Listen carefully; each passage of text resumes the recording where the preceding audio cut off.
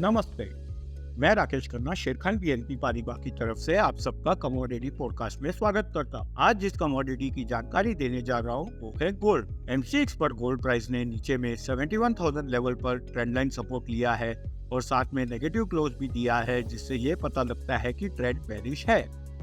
Precious metal price अगर 71,000 level का important support को ब्रेक करता है तो नीचे में 70,600 और 70,200 लेवल का टारगेट देखा जा सकता है। ऊपर में इम्पोर्टेंट रेजिस्टेंस 72,000 लेवल पर है। अगर ब्रेक करता है तो ट्रेंड रिवर्सल देखा जा सकता है। प्राइस इंडिकेटर MACD बेरिश है। धन्यवाद।